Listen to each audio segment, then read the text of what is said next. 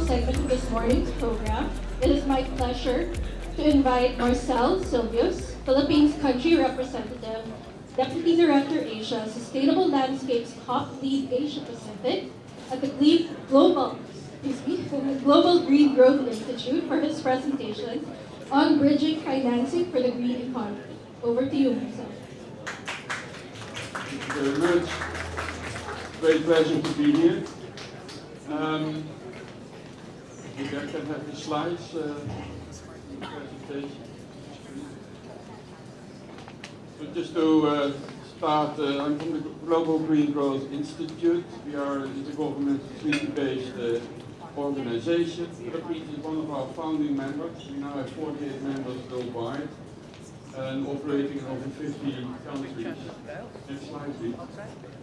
And our role is really to support government in their transition to a green economy.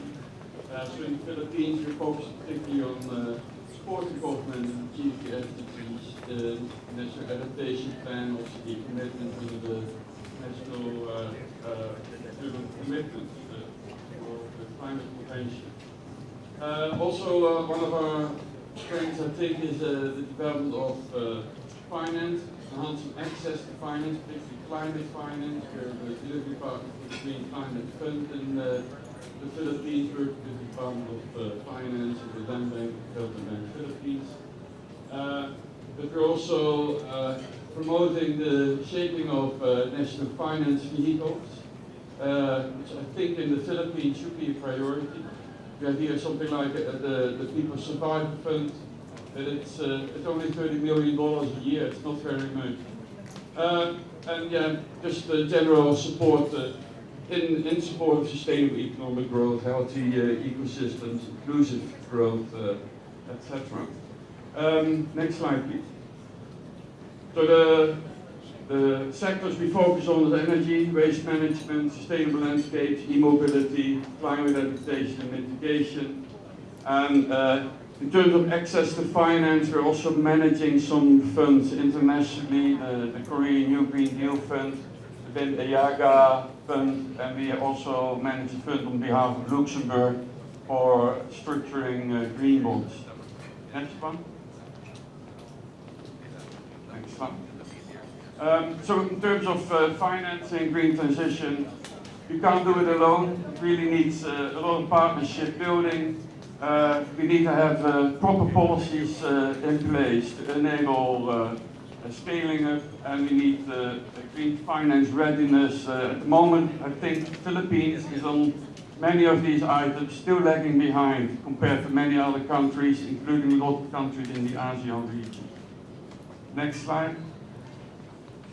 So we need finance instruments. We discussed already a lot about carbon markets. We'll have more discussion on that, I think, in the next panel. I think microfinance needs to play a key role. I think there's a lot of finance out there, but for local stakeholders, it's local government, but it's also, for instance, stakeholder groups such as indigenous people, local communities. It's very difficult to access that funding. And then also, BDO is a very good example of a bank that is going green, but I think most of the local banks still have to make a start, and I think it will be useful for government to consider how they can promote banks from to increase their green portfolio. Yeah, bond financing has been mentioned. I think one of the key constraints to developing such financing is a lack of real bankable projects in the green economy sector. So one of the things GTI is doing is helping government to develop bankable projects, and that of course involves private sector. That's where most of the funding will need to come from. Yeah, national finance because I already mentioned that. So let's move to the next slide. Just some points for discussion rather than giving a lecture. I thought maybe I should just mention a few items that I think should be on top of the discussion today. We've seen the Low Carbon Economy Act being developed. It's a very large company-focused act. And it's not really inclusive in that way. I think Singapore has a very different approach. It has a carbon tax approach that actually covers everybody. If the government is afraid that it would put too much pressure on parts of the economy, then you could even start with a zero tax carbon bill. But at least create an incremental bill that shows private sector what they need to take into account in the coming years, coming 5 years, coming 10 years, coming 50 years, so they can plan their businesses on this.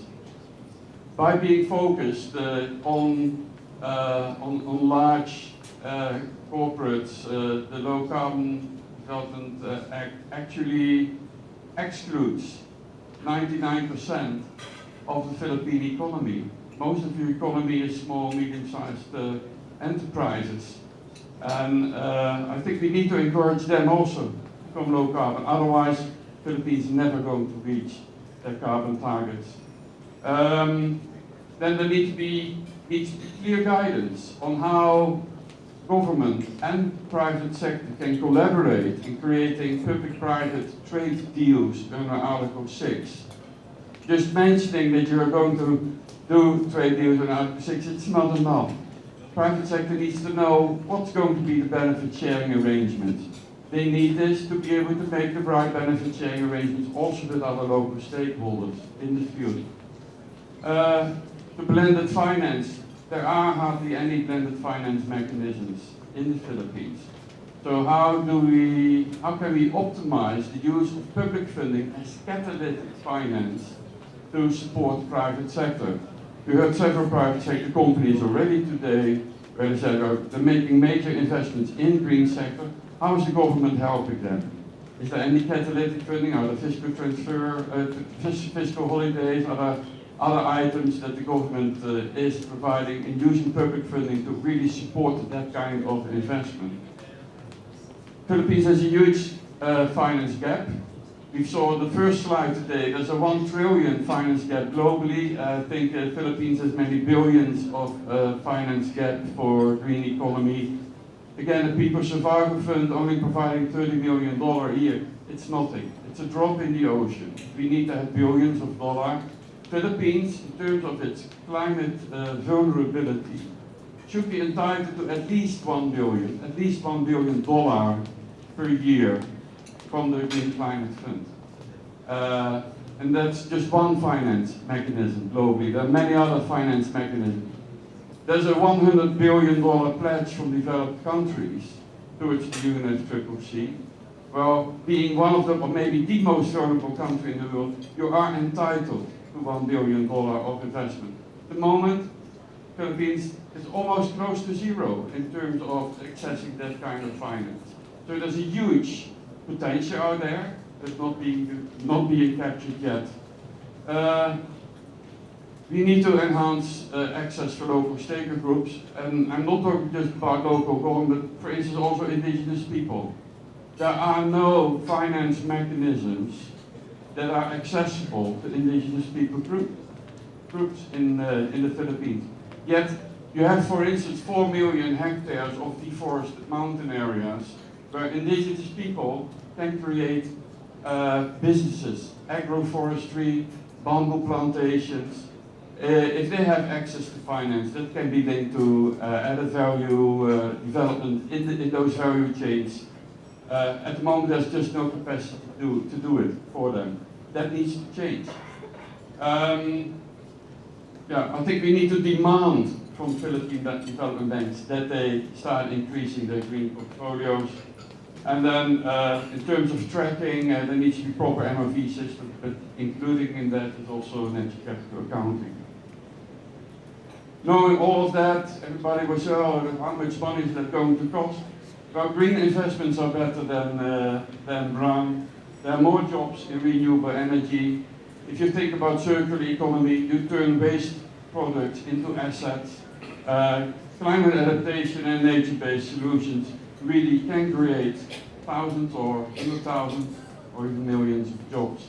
Keep that in mind in the discussion. Thank you.